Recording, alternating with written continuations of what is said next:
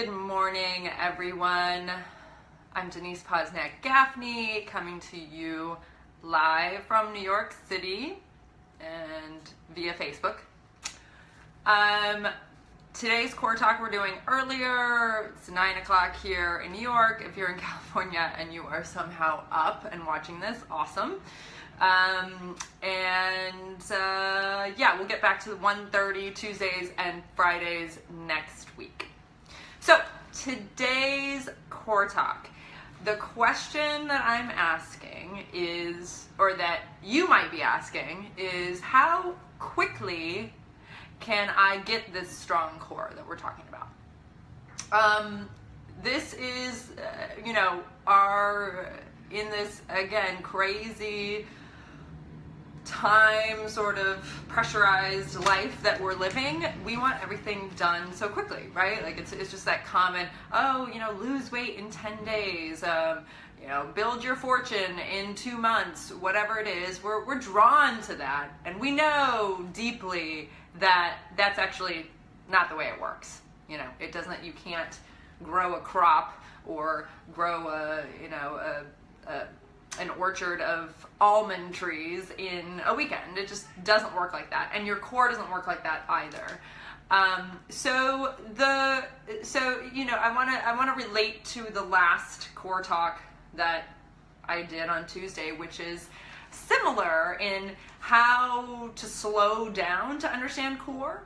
And I referenced all of these points in terms of us wanting to understand it, we want to move fast, we want to feel the burn, we want to get through things, we want to get our jobs done in a shorter amount of time. And with core, it takes a real slowing down to understand it and to be able to build it. It's really impossible not to slow down and do that. So, going back to the question, how quickly can I get a strong core, or how quickly can I build a strong core? And there are two answers to that. And the first is that if you're starting from not understanding it, or thinking you understand it and you don't really understand it, it takes a long time. And by long time, I mean several hours of study. It may take you a year and a half. It may take you 5 years. It may take you 10 years, depending on where you started. It is definitely not going to happen in 30 days, unless you have an amazing teacher and you're already halfway there because you've been working on it without knowing it. So it takes a long time. It takes investment and it takes patience. And yes, that is your answer. It is not a quick process. However, the second answer to that question is that once you become core conscious, which I talk about this in what state is my core in, this is my second core talk. There's 5 different states that I break down, and one of them is core conscious. And that means that you understand the core muscles, you took the time to get there, and you understand what it takes to get them back.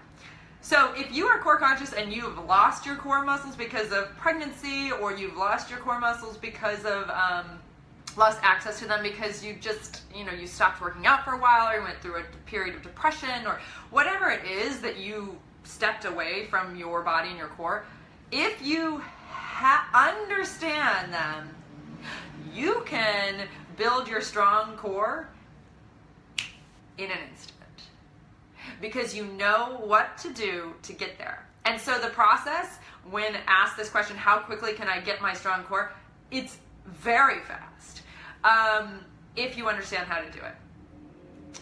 So, that being said, I want to give you a few pointers in terms of how to think about building your strong core, philosophically, where your mental state needs to be to get there. And the first is what we talked about last Tuesday, which is slowing down your movements. That is the first part in terms of this long process. You have to slow down your movements so that you can really sense, feel, and make sure you're doing it right. It's impossible to understand it if you're going quickly. The second aspect, or the second pointer, is that you have to slow down and have patience with your mental state about it. So it's not fun, it's not, in the beginning, it's not fun work. It is very, very, very brain sort of exhausting work. It takes so much concentration. You feel like you're getting nowhere because you're really starting from a basic point. And for most of us, we want to feel super accomplished right away. And so when you're working on this deep core work, you're not going to feel that. You're going to feel a little deflated, a little bit like, I don't understand this. You might not even feel your muscles. You might feel like you're doing nothing. And that is the beginning of the process. So you have to work with your mental, slowing down your mental state and allowing for patience with the process. So that's the second thing. The third thing is that you really want to, I highly recommend this. I would never, like I said, have been able to learn deep core work without having a teacher and having somebody guide you through it. The work is so challenging that you likely will not do it if you're doing it on your own. And private instruction is the way to do it. Having somebody sitting there with you, watching you, saying, no, try it again, and really focusing on that. So third, having a teacher, investing in a teacher, investing in time. And if you can't afford a private instructor, then investing in sitting down and studying it on your own by watching videos or whatever it is. So time and focus and having this teacher. Those are the basics. Slowing down your exercise. Oh, no. There's one more. The other one is really challenging for us too. And that is cutting out some of the extra things that we're doing. So your workout, you might want to be running on your treadmill for 30 minutes and then doing all these power moves and boot camp thing. I don't know what you do, but you might want to be doing all of this. And oftentimes, in order to learn the deep work of the core muscles, the slowing down is part of it, but the not doing is key. So taking out your habitual exercises, because you're just going to use your old patterns, and really focusing on the new way of doing things. And that's a challenge for a lot of people. So sort of taking things out.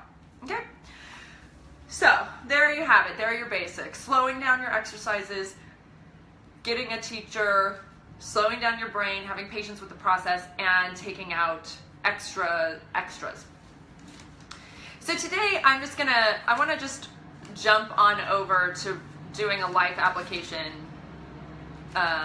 talk today. And that is, I've been thinking about core in terms of, we talk about core and periphery. Are you living in the core? Are you living in the periphery? That was my third core talk. And I've been thinking about how easy it is to add in periphery in my life or just in life in general. It's so fun to add something new in, put something else on my schedule. Oh, that's a fun thing I want to learn how to do, all these things. And I realize, especially living in New York City, because it's so much about being outside and being part of life, and life is really, pretty intense outside of your home. But is that core is really the state of your home, right? Where do you live? Where do you sleep at night? Where's your family? Or if you don't live with anybody, where are the core people that are around you? What is your home like? What is your room like? What is your kitchen like? What is your refrigerator like? Is it stocked with things that are core to you? Is it organized? Is it clean? Are you in a place where you feel very, very steady in your home? And it just, we really we do a lot of big thinking, and we want this and we want that that's outside of us. We tend to go there in terms of thinking that that's building our lives out. But how often are we thinking about our home life? How often are we setting intentions and thinking about what is the quality of my relationship when I get home to my family? Or what does it feel like? Do I spend, is my bedroom Does it have the flowers I want it? Does it smell like I want it to smell? Is the closet organized? Is the closet something I don't want to look at? Do I know where, are my sheets turned down? I had a friend who was from the South, and she always, if I stayed at her house, she would put like, I don't know, she'd sprinkle like some beautiful powder in the bed that smelled so wonderful, some floral, she tended to home. And I just want us to think about that for a second. So the assignment I'm going to give you today, which is relating to more of the spiritual core, is to decide on one place in your home, just one. Maybe it's your dresser, maybe it's your vegetable drawer in your fridge. Maybe it's one wall that you really want to design. And take time. Realize, settle down, see that it takes time and effort to create that space. And if it's a design space, if it's a wall that you really, you want to design, then take the time to go look on Pinterest, spend some time having a friend come over, giving you some ideas about what should go where. Spend some time going to, a design store, maybe a thrift store. If your budget's not big, going and looking at some cool old things you want to put on the wall. Think about, draw it out, create it, but spend time, and time over time. So not just one afternoon, but decide that, every Saturday morning you're going to spend a little bit of time on that space that is home, that is core to you. So that's our life application today. So I'm just going to leave you with one exercise. We're going to do this. If you want to come on down to a mat, we're going to do one of the hardest Pilates exercises. It takes so much time to do this in a way that is the full advanced version. We're going to do a very, very minimal version, and we're going to slow our brains down. We're going to slow the exercise down. We're going to start building that foundation. And then if you do this exercise every day or twice a week for the next 6 months, you will start to see a development in your core. Okay? So I'm going to move you here. This. Give me 1 second. Bring you down. Okay, so this is called the lower leg lift. So you're going to lie on your back, and we're going to place our hands underneath our head, and we're going to lift our knees up and bend them. Okay? Now, you're going to curl the body up, and you're going to look at those lower abdominals. Are they popping out? Draw them in. Now, you're going to put your hands behind your thighs. You need support to do this. So this is like your resistance. This is like your teacher teaching you to deepen. You're going to inhale. You're going to exhale and pull the powerhouse in. Powerhouse is the term we use for core. So you deepen, deepen, deepen those abdominal muscles. Now, using the strength of your arms to press into the hands, I want you to push your legs into your hands and see if you could pull the abs back more, and come back. And you'll notice that I am not going far at all, but I am building heat right now. This is a very intense exercise. Take an inhale. Exhale, pull the belly button down, pull the navel down, and draw your pubic bone back to your belly button as you push your legs away into your arms and pull those abs back. See if you can feel your lower abs and come back. Now, if your neck bugs you in this, you put your head down. You can do the same thing here. Okay, so that's step one. Just giving yourself some resistance so you can get those lower abs working. Now, if you can keep the lower abs in, you bring your hands behind your head and you draw those abs in, and you try to take your legs away a little bit without letting your abs pop. And have a lot of integrity with that. Don't do